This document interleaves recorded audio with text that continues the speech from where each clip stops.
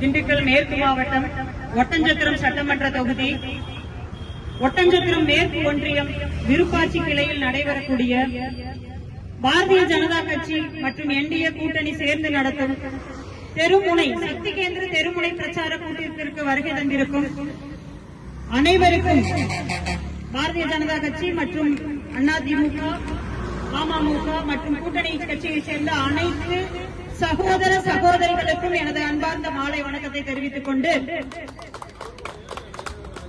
இது விருப்பாட்சி வந்த வரைக்கும் எப்படின்னா ஒரு வீரமலர்ந்த மண்ணு.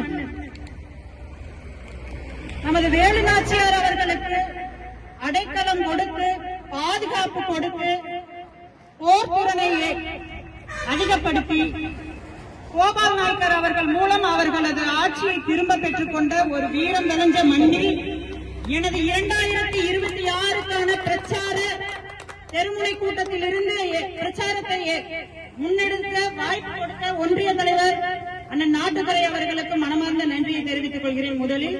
மற்றும் எனது அனைத்து தாமரை சொந்தங்களுக்கும் நன்றி. பொதுவாகவே பாத்தீங்கன்னா பிஜேபி எல்லாரும் என்ன சொல்லுவாங்க அப்படின்னா மதவாத கட்சின்னு சொல்லுவாங்க. யாருங்க மதவாத கட்சி?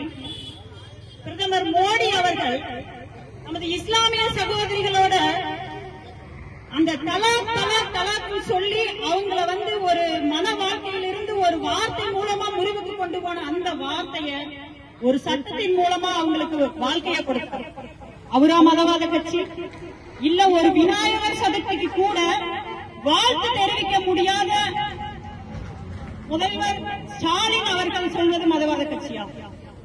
அப்புறம் மதுரையில எய்ம்ஸ் மருத்துவமனை வல்லைன்னு சொன்னாங்க.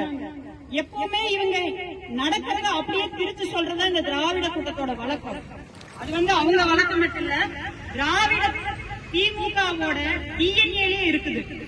எதையுமே அப்படியே மாற்றி உள்டாவ சொல்றதுதான் அந்த திராவிட கட்சியோட வழக்கம்.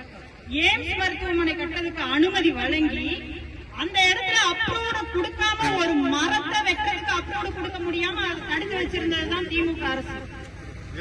தமிழ்நாட்டுல எடப்பாடியார் ஆட்சி காலத்துல மத்திய அரசாங்கத்தின் மூலமாக 11 மருத்துவமனைகள் அரசு மருத்துவமனைகள் திறக்கப்பட்டது. அதுல ஒண்ணுதான் திண்டுக்கல் இருக்கக்கூடிய அரசு மருத்துவக் கல்லூரி.